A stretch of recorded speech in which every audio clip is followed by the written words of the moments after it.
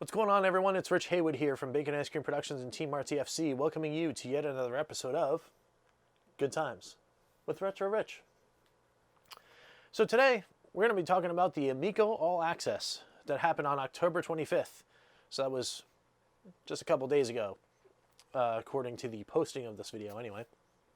And I wasn't on that episode like I usually am. I'm pretty much almost on every episode of Amico All Access. Love being on that show, love hanging out and talking with everybody.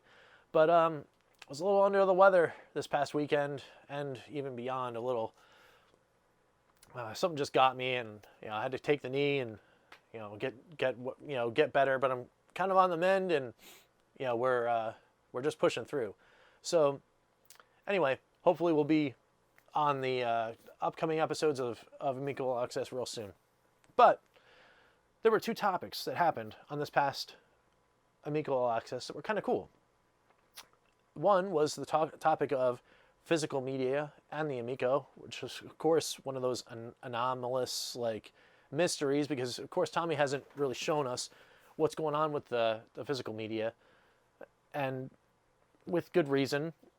We're not close to launch yet. He knows that he wants to share that information closer to launch, so no big deal. And the second topic was about the LED lighting and how the interaction of the LED lighting was in the grand scheme of things. Is it a necessary thing? What kind of really cool things that you do that we haven't thought of with the games and stuff? So I got the chance to think about it actually as I was watching, and I figured, oh, you know what? Let's do a little video response and kind of throw my ideas out there.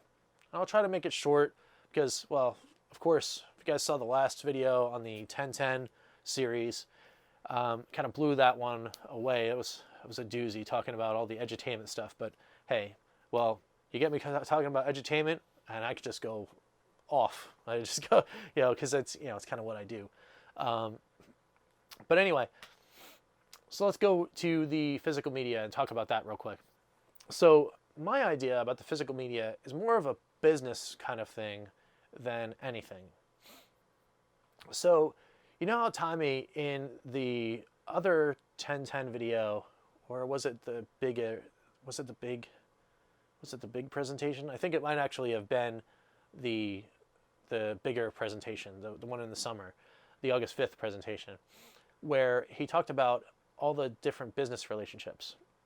He mentioned Mattel specifically because, of course, Mattel Electronics was part of the original relationship between Intellivision and the gaming world, right? They were the manufacturing company that helped bring Intellivision to the market. And it's really good to have that partnership back in place. But thinking about physical media and that relationship, what if the Mattel relationship wasn't about bringing properties to the Amico, right? It wasn't about bringing new properties or new IP to bring new games to market. Now, that it could absolutely be. But what if you started thinking about physical media? Mattel is a huge company that makes toys and toy products, so they've got their hands in a lot of different manufacturing cookie jars. What if Intellivision's relationship this time was a little different, where their relationship with Mattel was how they were bringing some of the physical media to market? Because Mattel already has all these different relationships, and they have all of their different tooling sets and that kind of stuff. They've got the industry involved in making a whole bunch of really cool products very quickly and putting them out to market in the toy or collectible region, right? So what if Intellivision's relationship this time was to bring the idea of physical media to them, to have them help in actually producing the products? That would be kind of cool. and would open the door for many, many, many different ideas coming to real life in terms of Intellivision's approach to bringing physical media to the masses. So they don't have to go and build a tooling or manufacturing plant somewhere if they have a relationship with somebody that already has that in place. It's kind of cool to think about, because especially if some of those relationships and IP tie together, you could think very easily that a title that had a like property that was already owned by Mattel coming to market, where the Intellivision product could be very easily placed inside of something that is already going to come to market, right? So, let's, for example, pick Hot Wheels, because it's the easy one, right? Mattel owns Hot Wheels. We all know what they do. They have a whole line of different cars they're already producing. Maybe there's already some things that are already in play that Intellivision can say, hey, look, this is a really good fit for us. Can we do a collab? And the collaboration is way easier to do than having Mattel manufacture a brand new product just for their own purposes for Intellivision. If there's already something that ties directly to something that Intellivision is already making, like, say, for example, I don't know, let's just pick, again, because it's easy, let's just pick Sideswipers as a product, right? Well, what if Sideswipers is still a code name of the product? Now, again, this is rank speculation. We have no idea what's going on. I don't have any information, but let's just say that's a product that's coming out. But Mattel already knows that they're going to want to try to revisit something like the old Crisscross Crash, right? Because they're kind of similar. So they want to put out a mini Crisscross Crash set. And one of those sets, if you purchase it, comes with, I don't know, a special car. And maybe that special car has an RFID chip in it. And maybe that RFID chip, when placed on your Amico, gives you Sideswipers, or whatever this winds up being. If they don't wind up calling the new product Crisscross Crash, instead of they call it, I don't know, like Corkscrew Smash Fun, whatever. I'm not a marketing guy. But they wind up calling the Amico game Corkscrew Smash Fun to tie in. You can kind of like put those two together. That would be kind of cool.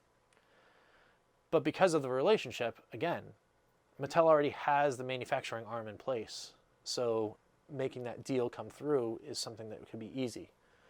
And then maybe something a little more difficult would be, say they wanted to do something really cool for Cloudy Mountain. Now, nobody has Cloudy Mountain toys, but maybe in the tooling sets over at Mattel, maybe they were working on some products that might have fit, but was an idea that they didn't really think that was going to come on the market, but they already had the tooling sets because they were prototyping it already, and they just went, well, I don't know what we're going to do with all the stuff related to this product anymore. Well, maybe they could tweak those tools and then start producing stuff that relates more to what Intellivision was bringing to the fore with something like Cloudy Mountain. It could come out with a really cool toy that was going to fit in this line that fell through, but now they can reimagine the toy and then have it fit into, say, a collector's thing for Cloudy Mountain. Who knows? Be kind of cool though, right? So anyway, that's my idea about the physical product. Now, do I have like a wish list of things for what I would like to have the physical media be? To be honest, not really. I'm actually waiting to be surprised by Tommy and the Intellivision team. Put out whatever you'd like. I mean, to be honest, I'm so enthralled with Amico. Like, let's put this off right off the bat. I mean, if you guys couldn't tell, I'm already a fan of Intellivision and the Amico. Let me just tell you, I'm a fan of Intellivision and the Amico. I really want to see the product do well. I'm very fascinated about how Intellivision is taking this product to market. I'm very, very interested in the inner workings of the company and like trying to see how everything's going, because I really think that they've got something here, and I'm super excited about not only waiting to get the product and enjoy it for myself, but something really just compels me into wanting to share more and more about what I think this little product can do in the marketplace than anything that I've ever really felt about. It's the reason why I'm making all these videos and then on these podcasts, and I want to talk about Amico all the time. It's really cool. I'm very, very excited about that. So anyway, that out of the way, let's talk about the light thing. So a lot of the panel had some really cool ideas about what the lights could do on Amico when you're playing. And some of the panel also talked about its usefulness. Does it need to exist? Well, I don't know, maybe not. But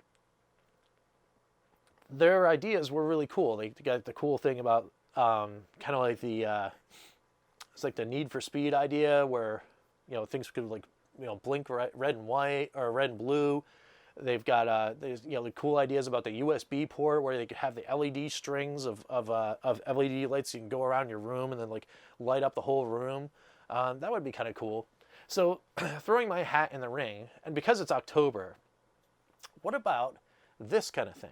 What if there was a new video game version of Haunted House for the Atari,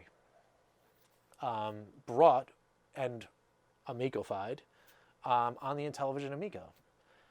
Now, what would that look like? And of course, the classic game was just two eyes in the dark, right? And then you would click the button for your lantern, and it would light up.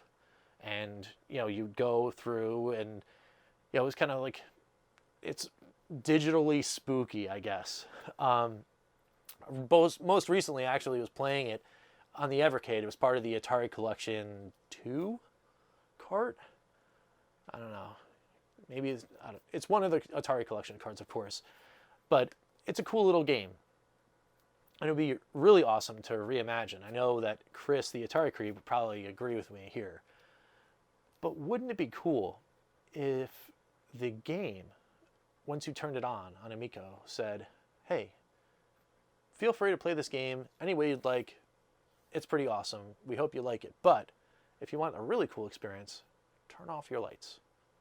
And then you're in the dark with a nice glowing LED big screen TV or whatever you have in your room, and it's just the dots, right? And then you hit on the controller, maybe a flashlight icon, and you hit right on the controller your flashlight. And then a little glow, not too much, but a little glow on the controller happens. But the Amico lights up and just puts this radiant kind of flashlighty light now all over your room. Just kind of give you that mood that you're now the little dots in this haunted house, and you're ready to go on your adventure.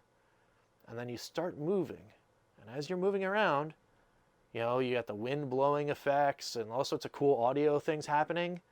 Well, say the bat is really close to you, and you can hear it in the speakers, you can hear the fluttering, but as it gets really, really close to you, you can see maybe on the left-hand side of the LED set or the right-hand side of the LED set on the actual Amico device, you can actually start to see the LEDs flicker, because whatever it is, be it the bat or something else, it's getting closer to you and closer and closer. And the LEDs start to really fade out because something's coming into the shadow of your little torch there, your little flashlight. And then what do? Well, I don't know. You're running around now, because now the environment has sucked you in to playing this game. And again, on the screen, it's just two little eyes, right? Two little funny eyes running up against these different, different walls and that kind of stuff with the audio and, maybe the spooky sounds and that kind of stuff. Wouldn't that be kind of something, right? Because now you've got more than just what's happening on the screen and what's happening even in your hand and on the little screen. Now your whole room has turned into the haunted house game. You're in it now, without being in VR or AR or having a headset or all these cables or whatever. just the simple lights have now brought you into that experience so much that you're engaged. And all you're looking at is two little eyes and some walls and maybe some cool like graphics with the bat or whatever they want to put in for the obstacles. And I know I don't want to spook you guys out, but of course, you know what happened if the bat or something actually got and touched the eyes, right? You know, you'd have like the big lightning crash. And of course, you know, that would be awesome, right? The LEDs on this controller would just blow bright as anything with the lightning flash, and this, you know, the speaker in the Amico controller would go off, and they're going off in the living room, and the Amico system is like, you know, like going off because of course the lightning crash happened. You know, and then now you're back, right? You know, for a while it's just completely dark, so you just see the eyes, right? And then maybe the soft glow on the controller where the torch, you know, is ticking back up till the time you can turn it back on, and you've got your little disc where you're controlling your guy. Just putting it out there. It would be kind of cool, and it would be a unique experience because, well, what other console has LEDs on it that could bring you in so close to the experience right in your living room that would give you that kind of effect? Just the Amico, right? Anyway, those are my thoughts, and I think it would be kind of cool. And like I said, it's October, so I had to throw something in there. It was a little spooky or that kind of thing. But I think it would be a really cool idea, and I mean, who knows? You know, I know that for a fact I don't think they're working on anything like that. I mean, Haunted House wasn't in any of the list of games, but it's just an example of what you could do with the LEDs that make it different, right? So anyway, what do you guys think? Hit me up in the comments below, and you know, love to hear what you guys have to think about that and any of the other topics for today. And of course, hit on the likes, give me a subscribe if you would like, if you want to see more content like this. And of course, we will always catch you next time for some good times. This is Rich, and we'll see you later. TeamRTSC.BaconIceCream.com